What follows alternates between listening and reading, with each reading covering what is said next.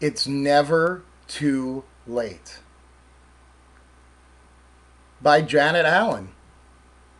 When Janet Allen started teaching a reading class for struggling students in 1972, she started from scratch. She had no textbooks, no curriculum, no supplemental materials, and when she asked her assistant principal about his expectations, all he had to offer was, "Do whatever you want, just keep them in your room."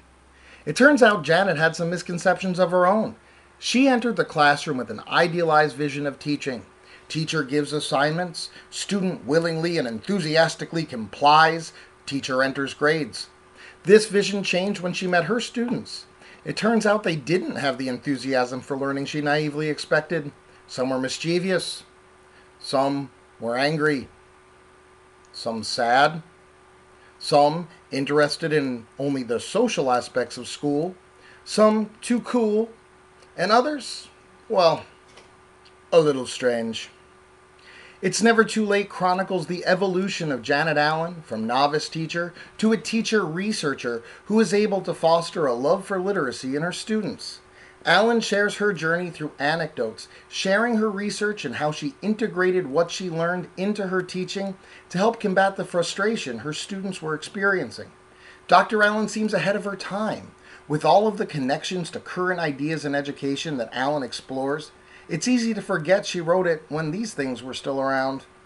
So how did she help support her frustrated students? She started by exploring their personal stories, which she shares with the reader. Her students had many obstacles in their personal lives and faced injustices in their academic pasts.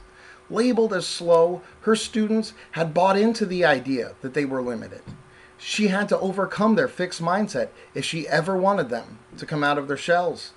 Allen tells us how she created a print-rich environment, filled bookshelves in her classroom with high-interest reading material, and turned her classroom into a welcoming environment where, by modeling reading strategies and sharing her enthusiasm for books, students were able to reach new academic heights.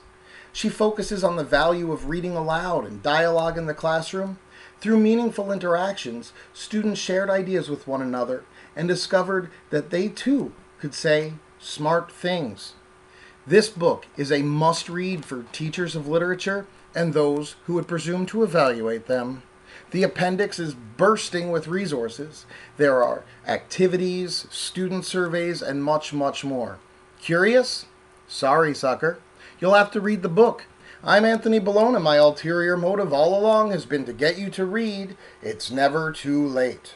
I will read It's Never Too Late. I will read It's Never Too Late. I will read It's Never Too Late. I will read It's Never Too Late.